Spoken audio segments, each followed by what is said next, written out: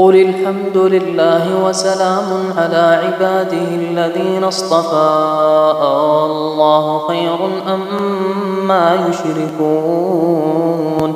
أمن خلق السماوات والأرض وأنزل لكم من السماء ماء فأنبتنا به حدائق ذات بهجة ما كان لكم أن تنبتوا شجرها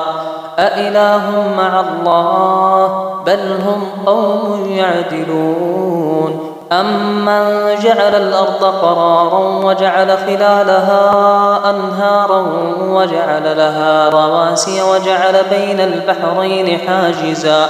أإله مع الله بل أكثرهم لا يعلمون أمن يجيب المضطر إذا دعاه ويكشف السوء ويجعلكم خلفاء الأرض أإله مع الله قليلا ما تذكرون أمن يهديكم في ظلمات البر والبحر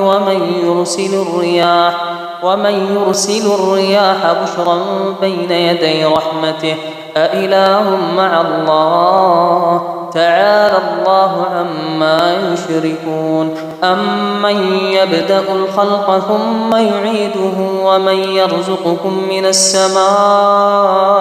والأرض أإله مع الله قل هاتوا برهانكم إن كنتم صادقين قل لا يعلم من في السماوات والأرض الغيب إلا الله وما يشعرون أيان يبعثون بل ادارك علمهم في الآخرة بل هم في شك منها بل هم منها عمون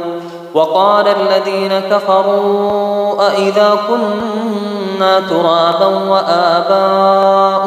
أئنا لمخرجون لقد وعدنا هذا نحن وآباؤنا من قبل إن هذا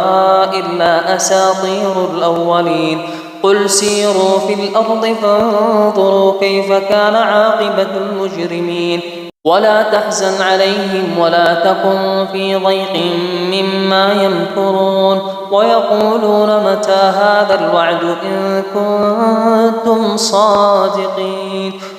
قل عسى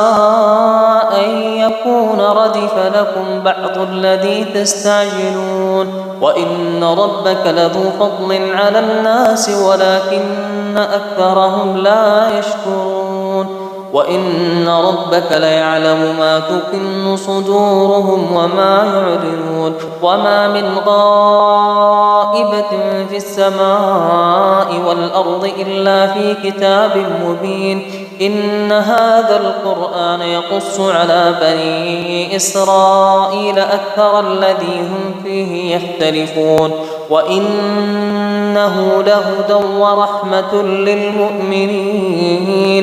إن ربك يقضي بينهم بحكمه وهو العزيز العليم فتوكل على الله إنك على الحق المبين إنك لا تسمع الموتى ولا تسمع الصم الدعاء إذا ولوا مدبرين وما أنت بهاد العمي عن ضلالتهم